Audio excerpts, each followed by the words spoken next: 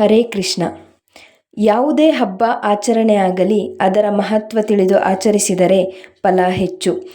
ಚೈತ್ರ ಮಾಸದ ಕಾಲ, ಹೊಸ ಚಿಗುರು, ಎಲ್ಲೆಡೆ ಹಸಿರು, ಮೊದಲ ಮಳೆ, ಹೊಸತನ, ಹೀಗೆ ಎಲ್ಲದರ ಪ್ರತೀಕ ಯುಗಾದಿ ಹಬ್ಬ.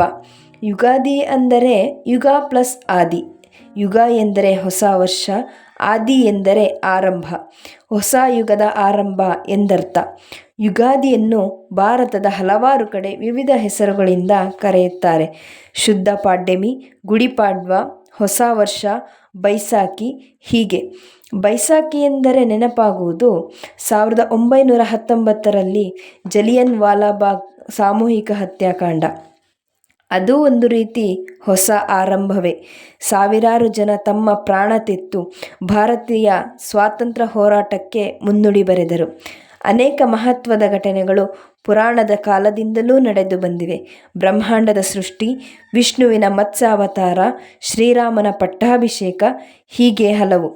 ಯಸ್ಮಿನ್ ಕೃಷ್ಣೋ ದಿವಾಮೃತಂ ತಸ್ಮತ್ ಈವ ಪ್ರತಿಪನ್ನಂ ಕಲಿಯುಗಂ ಎಂದು ವೇದವ್ಯಾಸರು ಹೇಳಿದ್ದಾರೆ. ಭಗವಾನ್ ಶ್ರೀಕೃಷ್ಣನು ಭೂಲೋಕವನ್ನು ಬಿಟ್ಟು ಕಲಿಯುಗಕ್ಕೆ ನಾಂದಿ ಹಾಡಿದ ದಿನ ಯುಗಾದಿ. ಇನ್ನು ಯುಗಾದಿಯ ವಿಶೇಷತೆಗಳು: ಮನೆಯ ಬಾಗಿಲಿನ ತಳಿರು ತೋರಣ, ಅಭ್ಯಂಗ ಸ್ನಾನ, ಚಂದ್ರದರ್ಶನ, ಬೇವು ಬೆಲ್ಲ. ಮಾವಿನ ಎಲೆಗಳನ್ನು ಯಾಕೆ ಹಾಕುತ್ತಾರೆ ಗೊತ್ತಾ? ಇದು ಉತ್ತಮ ಇಳುವರಿಯನ್ನು ಸೂಚಿಸುತ್ತದೆ. ಅಂಗಳವನ್ನು ಸಾರಿಸಿ, ಚಂದದ ರಂಗೋಲಿ ಇಟ್ಟು, ಮನೆಯನ್ನು ಸಿಂಗರಿಸಿ ದೇವತೆಗಳನ್ನು ಆಹ್ವಾನ ಮಾಡುತ್ತೇವೆ. ವಿಶೇಷ ಖಾದ್ಯಗಳನ್ನು ತಯಾರಿಸಿ ದೇವರಿಗೆ, ಹಿರಿಯರಿಗೆ ಅರ್ಪಣೆ ಮಾಡುತ್ತೇವೆ. ಈ ಹಬ್ಬದ ಮುಖ್ಯ ಭಾಗ ಚಂದ್ರದರ್ಶನ.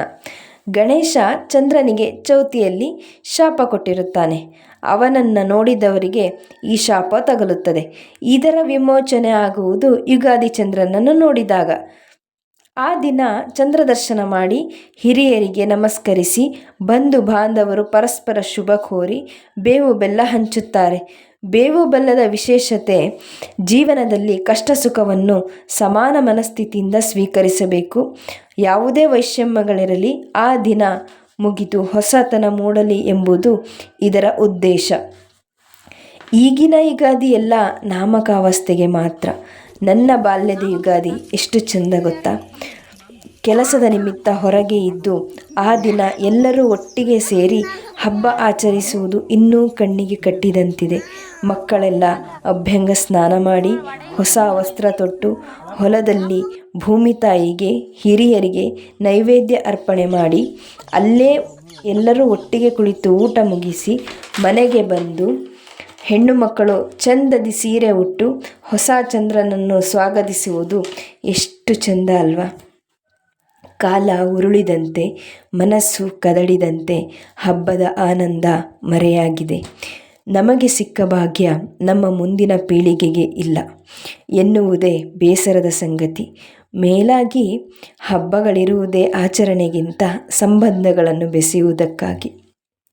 ಯುಗಾದಿಯ ಹಾರ್ದಿಕ ಶುಭಾಶಯಗಳು. ಕೃಷ್ಣಾರ್ಪಣಮಸ್ತು.